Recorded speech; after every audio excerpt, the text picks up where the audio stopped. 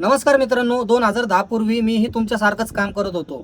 Office boy असेल, housekeeping असेल, चायनीजची गाडी असेल, छोटं मोठं मीही तुमच्यासारखंच काम करत होतो. माझ्या मनात ही रिक्षाच्या धंद्यात येण्याचं काहीच नव्हतं. पण अचानक मी या धंद्यात आलो कसं? सविस्तर सांगतो मित्रांनो तुम्हाला. 2010 मध्ये अल्पशा आजाराने आईचं निधन झालं. त्याच्यानंतर मी चुलत्याकडे शिफ्ट झालो आणि तिथं माझे सगळे भाऊ म्हणजे दोघं तिघं हे रिक्षाच चालवत होते पूर्वीपासून. आणि त्यांनी मला या व्यवसायात येण्याचा सल्ला दिला म्हणजे मीच त्यांच्या मागं लागलो की रोजचा पैसा आहे, मला पण गाडी शिकवा, मी पण रिक्षा व्यवसाय करतो. आता कवर कुठंतरी चाकरी करावी, लोकांच्या शिव्या खाव्या, त्याच्यामुळं या व्यवसायात आलो मी. भावाने मला एक शिपनी रिक्षा घेऊन दिली. त्यावेळेस रिक्षाचा पायंडल ब्रेक होता, एवढं आपल्या लक्षात नाही, आपल्याला काय सवय डायरेक्ट ब्रेक दिसला की मारायचा, बरी दिसला की मारायचा. पण मग मी काय केलं, दिवसभर ती गाडी चालवली, शिकण्याचा प्रयत्न केला. आणि बरोबर संध्याकाळी धंदा वगैरे करून शेवटचं भाडं मारत असताना घरी जायच्या वेळेस सिग्नलवर थांबलेल्या ट्रकला जाऊन मागून डायरेक्ट धडकलो. तर डायरेक्ट ब्रेक मारला मी. पायंडल ब्रेक मारायचा तर डायरेक्ट ब्रेक मारला, तो लागलाच नाही. डायरेक्ट मागून जाऊन जी धडकलो.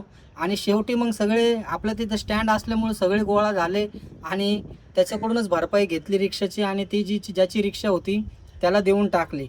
मग परत मी काय केलं, फोर्ड कंपनीमध्ये कामाला आलो. तिथं परत हाऊसकीपिंगचं काम चालू केलं.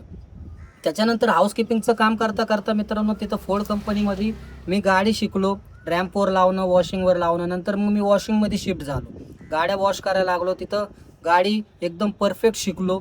त्याच्यानंतर मग त्याच कंपनीमध्ये पिकअप ड्रॉपला तिथं कामाला लागलो. ड्रायव्हिंगचं लायसन्स काढलं 2011-12मध्ये आणि त्याच्यानंतर पिकअप ड्रॉप करायला लागलो. मग त्या पिकअप ड्रॉपमध्ये पण काही मजा याय नाही. त्याच्यामुळं मी काय केलं, परत रिक्षा व्यवसायात यायचा विचार केला आणि रिक्षा शिकलो. रिक्षा एकदम परफेक्ट शिकल्यानंतरच रिक्षा व्यवसायात उतरलो आणि 2012-13 नंतर रिक्षा चालवायला लागलो मस्तपैकी. रिक्षा चालवत असताना रिक्षा व्यवसाय केला आणि नंतर म्हटलं आपले स्वतःचं परमिट घ्यावं. तर स्वतःचं परमिट घेण्यासाठी मित्रांनो बिशी लावली होती, लाखभर रुपयाची ती बिशी लागली. मग इकडं तिकडं हातपाय मारू लागलो की मला परमिट पाहिजे, परमिट बघायचं. तर परमिट काय भेटलं नाही त्यावेळेस.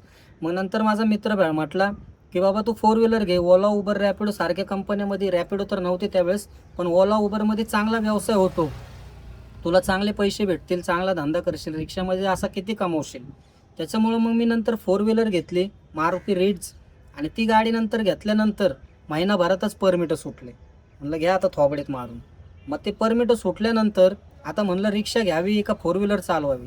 त्याच्यामुळं जाऊ दे म्हणलं, आता 4 व्हीलर घेतली तर घ्या गळ्यात पाडून. मग नंतर व्यवसाय करत राहिलो.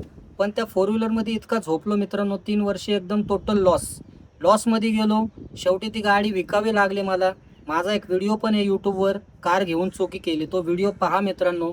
अक्षरशः तुम्हाला त्यात तुमचं परिस्थिती त्या व्हिडिओमध्ये दिसेल मित्रांनो. एवढी अवघड परिस्थिती होती. ओला, उबर, रॅपिडोच्या नादी लागून जे कार घेतात ना, त्यांचं खूप अवघड आहे.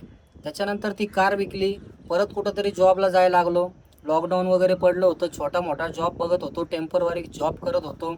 कधी प्लंबिंगचंच काम करा, कधी सेंटरिंगचंच काम करा, कधी MNCचं काम करा. असं काम करत करत असताना मग काय करायचं, तर कामच करत राहिलो. मग शेवटी माझं सगळं तयार होतं, परमिटचं, रहिवाशी दाखला, पोलीस व्हेरिफिकेशन, या गोष्टी सगळ्या माझ्या रेडी होत्या. मित्र मला सारखे शिवाय द्यायचे, अरे सगळं तयार आहे तर काढ ना परमिट. मी म्हणायचो अरे रिक्षाला धंदा नाही, काय नाही, कशाला काय घ्यायची, काय करायची, गरजच नाही. आणि एक दिवस असंच चौकात आम्ही मित्र चहा पेत बसलो होतो. त्याच्यानंतर एक मित्र आला, बघू म्हटलं लायसन तुझं. त्याने लायसन माझ्या खिशातलं काढून घेतलं हातातनं. आणि माझा बॅच वगैरे तर तयार होता. त्यांनी लायसन डायरेक्ट एजंटला फोन केला, एजंटला तिथं बोलवलं त्याच्या ओळखीच्या, आणि लायसन त्याच्या हातात दिलं. म्हणलं ह्याचं काम कर परमिटचं. तो एजंट घेऊन गेला. अरे म्हणलं बाबा पैसे नाही माझ्याकडे काम करायला. अरे तू चालू तर कर, बघू आपण नंतर.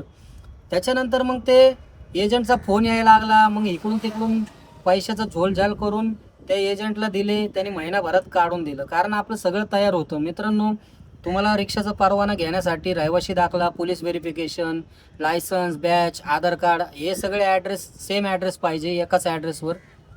त्याच्यानंतर तुम्हाला ॲफिडेविट करावं लागतं, नॉमिनी द्यावं लागतं. आई, बाप, बायको, भाव, बहीण कोणी असेल त्याचं ॲफिडेविट करून नॉमिनी द्यावं लागतो. त्याच्यानंतर ही प्रोसेस होते आणि तुमचा परवाना तुमच्या हातात येतो आणि रिक्षा घेऊ शकता तुम्ही. त्याच्यानंतर रिक्षा घेतली. रिक्षा घ्यायला पण पैसे नाही. मग बजाज फायनान्स, 0 डाऊन पेमेंट घेतलं. आता तुम्हाला माहिती आहे कसं आहे बजाज फायनान्स. शेवटी काय करणार, पैसेच नव्हते ना. त्या एजंटला पण कसे तरी पैसे दिले आणि मग ते 0 डाऊन पेमेंटवर घेतली गाडी. हप्ता पडला 7,500 रुपये 5 वर्ष, बसा फेडत. बजाज फायनान्स एक पण हप्ता बावून झाला की नेतोय बोंबलत गाडी ओढत. मग काय करायचं. तर काही आता रिस्क घेतली तर घ्यावीच लागते मित्रांनो. व्यवसाय करायचा ना, व्यवसायामध्ये रिस्क आहेच. तुम्हाला जर काय कुठली गोष्ट करायची ना, तर कर्जाशिवाय कुठली गोष्ट होत नाही. आपण मिडल क्लास लोक आहे, गरीब लोक आहे. आपलं एखादं जर काम करायचं असेल ना, आपल्याला कर्जाशिवाय पर्याय नाहीच आहे. आपल्याला कोण 1,00,000-2,00,000 रुपये असे आणून हातात देत नाही. त्याच्यामुळं घेतली रिस्क. आता चाललंय व्यवस्थित. झालेत मित्रांनो 2-2.5 वर्ष, टेन्शन नाही. अजून 2-2.5 वर्ष असे ढकल गाडी करायची. पोटाला पोटभर खातोय. रिक्षा व्यवसाय असा आहे की तुम्ही त्यात काय करू शकत नाही. आत्ता फक्त पोटाला पोटभर खाऊ शकता. ज्या पूर्वीच्या लोकांनी रिक्षावर घरं बांधली, घरं घेतली, जागा घेतल्या, आता ते काही करू शकत नाही मित्रांनो. हाऊस माऊस काय होत नाही रिक्षावर. फक्त पोटाला पोटभर अन्न भेटतं तेवढंच. रिक्षाच्या जीवावर तुम्ही स्वतःसाठी घर, जागा, गाडी वगैरे काही घेऊ शकत नाही. त्याच्यामुळे मी अनेकांना सांगत असतो रिक्षापासून लांब राहावा. नंतर आता रिक्षा घेतली, रिक्षा चालवतोय, व्यवस्थित चाललंय मित्रांनो, त्यामुळे टेन्शन नाही. या रिक्षाच्या आणखी जर सांगायचं झालं पूर्ण सविस्तर व्हिडिओ लय मोठा होईल. त्याच्यामुळे मी शॉर्ट्समध्ये सांगितलं की रिक्षा व्यवसायात मी कसा आलो, काय कारण होतं येण्याचं. अनेक जण या व्यवसायात येतात, अनेक जणांची भरपूर कारणं आहेत, भरपूर इंटरेस्टिंग स्टोरी असते. तर मित्रांनो, तुम्ही रिक्षा व्यवसायात कसे काय आलात कमेंट करून नक्की सांगा. व्हिडिओ आवडला असेल तर आपल्या बांधवांना शेअर करा. चॅनलवर नवीन असाल तर सबस्क्राईब करायला विसरू नका.